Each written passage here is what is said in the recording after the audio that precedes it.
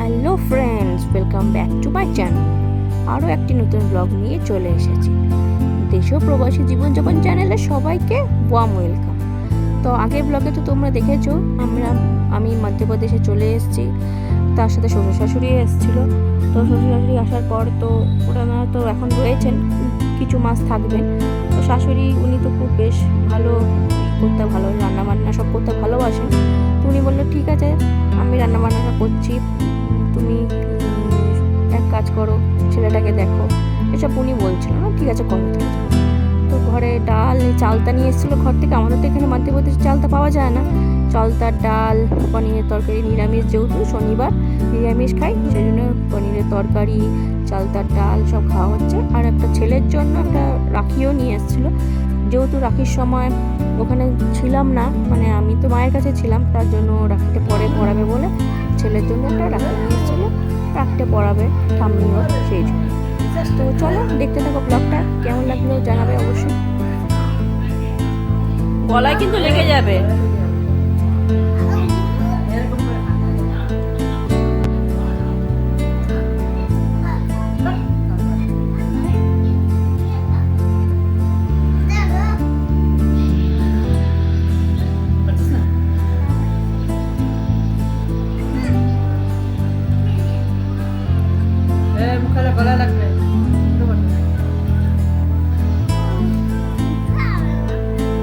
গলায় যদি লেগে যায় তখন দেখবি।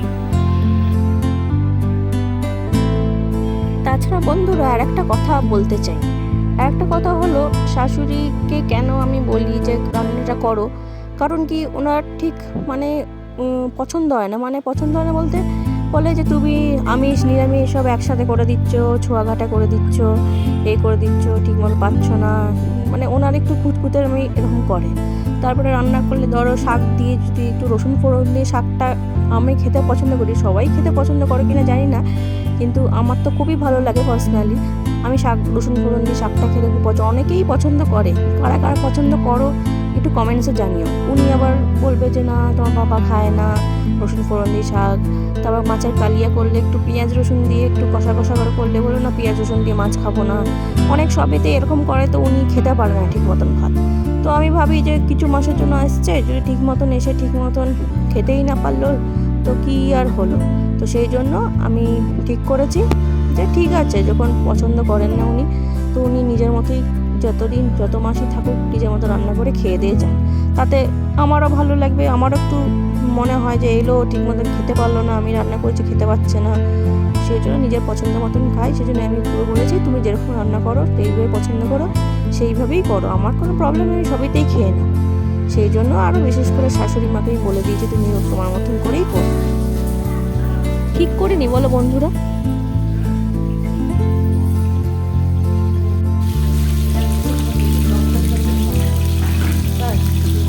দেখতেই পাচ্ছ বন্ধুরা, এখানে ফুলকপি ভাজা হচ্ছে। ফুলকপি এমনি বললো যে পনির রান্না করা হয়। আমি ঠিক আছে তাই করো, কোনো প্রবলেম নেই। তো উনি ওনার মতন করে পনির রান্না করছেন, ফুলকপি ভেজে তার মধ্যে মশলাটা দিয়ে দিয়েছেন। মানে উনি করেন, আগেকার দিনের মানুষ তো, উনি বেশ রান্নাটা ভালোই করেন। তো সেই জন্য ফুলকপি দিয়ে উনি পনির রান্নাটা করছেন। তার আগে চালতা দিয়ে ডাল করে রেখেছে দিয়েছেন আর ভাজা করেছেন। তো দেখতে থাকো ব্লগটা।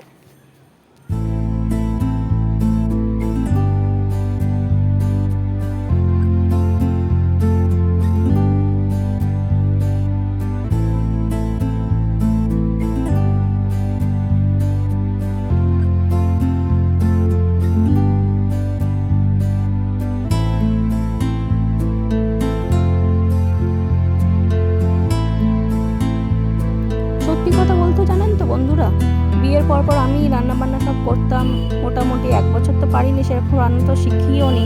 কারণ কখনোই আমাকে, অনেকেই আছে বিয়ের আগে মেয়েরা সবসময় মায়ের কাছে সবসময় রাজকন্যার মতোই থাকে, তাই না বলো? যতই সে গরিব ঘর হোক কি ধনী ঘর হোক, সবাই রাজকন্যার মতো রাজকুমারীর মতো থাকে। তো আমিও সেরকমই কিছুই করতে দেয়নি মা, যেহেতু বলে যে না পড়াশোনা করছিস কর, হাত পুড়ে যাবে, এই লাগবে সেই হবে, তো তার জন্য আর মা কিছু করতে দেয়। আমিও সেরকম কিছু করিনি, তো হাতে কলমে আমার শেখা হয়নি। তো সেই বিয়ের পরে 1 বছর পরেই মোটামুটি আস্তে আস্তে ধীরে ধীরে আমি একাই শিখেছি। তো যে বিয়ের পর আমি অন্ধ্রপ্রদেশে ছিলাম, সেই তখন 1 বছর থেকে থেকে আমি নিজে নিজে সব শিখেছি, হাত কেটেছে, হাত খুলেছে, সবই হয়েছে। তো আমার বর বলে যে হ্যাঁ মা আসলে তুমি মাকে কেন এরকম রান্না করতে দাও, ধুয়ে দাও, আসে দিনের জন্য করতে। প্রথম প্রথম করতাম, জানেন তো বন্ধুরা। তো প্রথমে করলে পরে না অনেকবার এরকম করেছে ওরা। সবসময় দেখতাম মুখটা ভার হয়ে রয়েছে, খুশি নাও এই নয়, ঠিক মতন একটা না একটা কিছু বলছে, যে খুঁত বার করছে, এই কেন তুমি না এটাতে এই দিয়েছো, তো ভালো লাগছে না, আমি রাত্রে আর খাবো না, এরকম বলতে থাকতো। আমার প্রথম প্রথম না মনটা খুব খারাপ লাগতো, খুব কান্নাও পেতো, জানো তো। আর কষ্ট লাগতো যে কেউ যদি ভালোবেসে রান্না করে তারপরেও যদি এরকম করে খেতে না পারে, বলে, খুব খারাপ লাগতো। তারপর থেকে আমি ভেবে নিয়েছি যাই হোক, ওনারা যতদিন আছে থেকে এরকম নিজের মর্জি মতোই খেয়ে যাক। বর বললে যে হ্যাঁ তুমি কেন মাকে দিয়ে এরকম করে ই করো ওই করো। আমি তখন বলেছি তোমার মা তো এইসব ঠিক মতো তৃপ্তি মতো খেতে পারে না, আসলে পরে আমার রান্না ঠিক মতন বলে যে এটা তো এই দিয়েছো ওই দিয়েছো, আমি তো এইভাবে করি না, আমি রান্নাতে এইটা দিই না, গরম মশলা এখন দিই না, বা মাছটা আমি এইভাবে করি, এরকম করে কিছু না কিছু বলতেই থাকে। এবার এক একজনের রান্নার স্টাইল এক এক রকম, তাই না বলো বন্ধুরা। তো সেই ক্ষেত্রে মানুষের ভালো নাই লাগতে পারে, সেই জন্য আমিও ঠিক আছে মেনে নিয়েছি, তুমি যেইভাবে করো সেইভাবেই করো। কি বলো বন্ধুরা, ঠিক করে নি বলো, তোমরাই বলো কমেন্টস, আমাকে জানাও তো।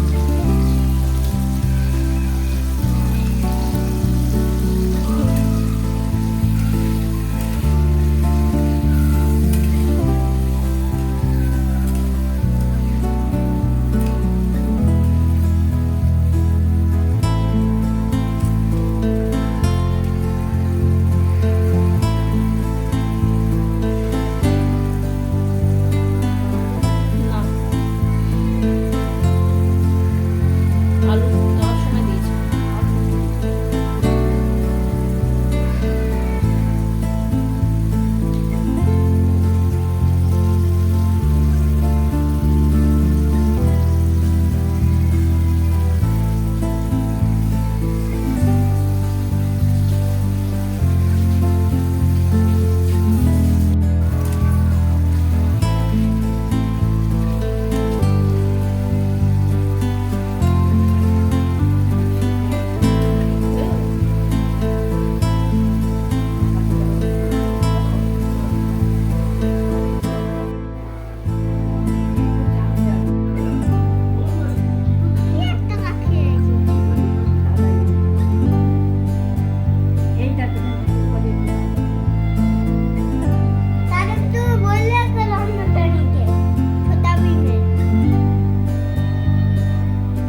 নমস্কার করো ঠাকুরকে, ঠাকুরকে নমস্কার করবেই, কর কর কর, হ্যাঁ না থাক, করতেই হবে না এখন।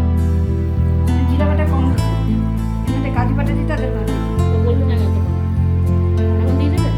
হ্যাঁ আমার কাজু বাটা দিতে হবে, বাদ দিয়ে কোথায় রাখবি।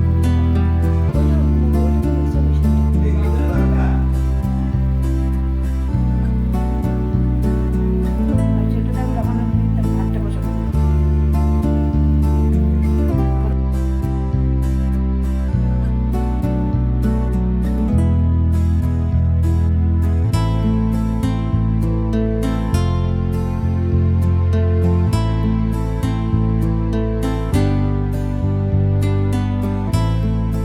তো বন্ধুরা কেমন লাগলো ব্লগটা অবশ্যই আমাকে কমেন্টসে জানাবেন, একটা লাইক ও সাবস্ক্রাইব করে দিয়ে পাশে থাকবেন। আবার দেখা হবে একটা নতুন ব্লগে।